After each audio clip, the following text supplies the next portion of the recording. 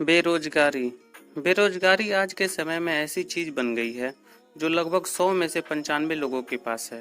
हालांकि गरीब पैदा होना और गरीब मर जाना दोनों बहुत अलग बात है, पर आजकल की हालात देखकर लगता है कि यही होगा। ये कहानी एक मिडिल क्लास फैमिली की है जिसमें माँ बाप के अलावा 4 भाई थे। दाल रोटी का काम तो पिता के खर्च से निकल जाता, पर चारों भाइयों की स्कूल की खर्च देने में मुश्किल होती थी। ये देखकर पिता ने गांव के सरकारी स्कूल में चारों का एडमिशन करा दिया। समय बीता, बच्चे बड़े हुए, बोर्ड एग्जाम पास करने के बाद भभुआ आ गए, जिससे कि उनकी कम्पिटिटिव तैयारी अच्छे से हो सके। पिता का पैसा पर्याप्त न होने के कारण वे होम ट्यूशन करा के अपना खर्च चला लेते थे। बहुत दिन इंतजार करने के बाद सब इंस्पेक्टर की बहाली आई। इसके लिए बड़ा लड़का, जिसका ग्रेजुएशन फाइनल हो चुका था, उसने फॉर्म भरा, एग्जाम निकाला, फिजिकल टेस्ट भी पास किया, पर मेरिट लिस्ट में लिस्ट से बाहर हो गया। ऐसा और भी 6 नौकरियों में हुआ था। लड़का बहुत हताश हुआ। पिताजी भी बूढ़े हो चुके थे। आमदनी का जरिया बिल्कुल भी नहीं था।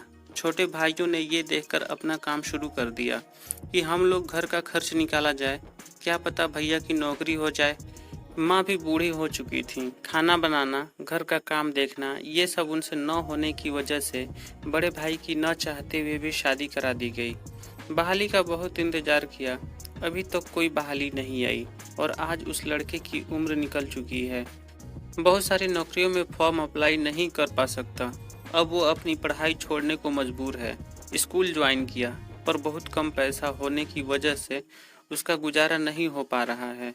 अब वो प्राइवेट किसी काम को कम से कम 15,000 रुपये महीना पर भी काम करना चाह रहा है, पर उसके लिए बहुत मुश्किल है, क्योंकि उसके पास किसी काम को करने का कोई एक्सपीरियंस या हुनर नहीं है।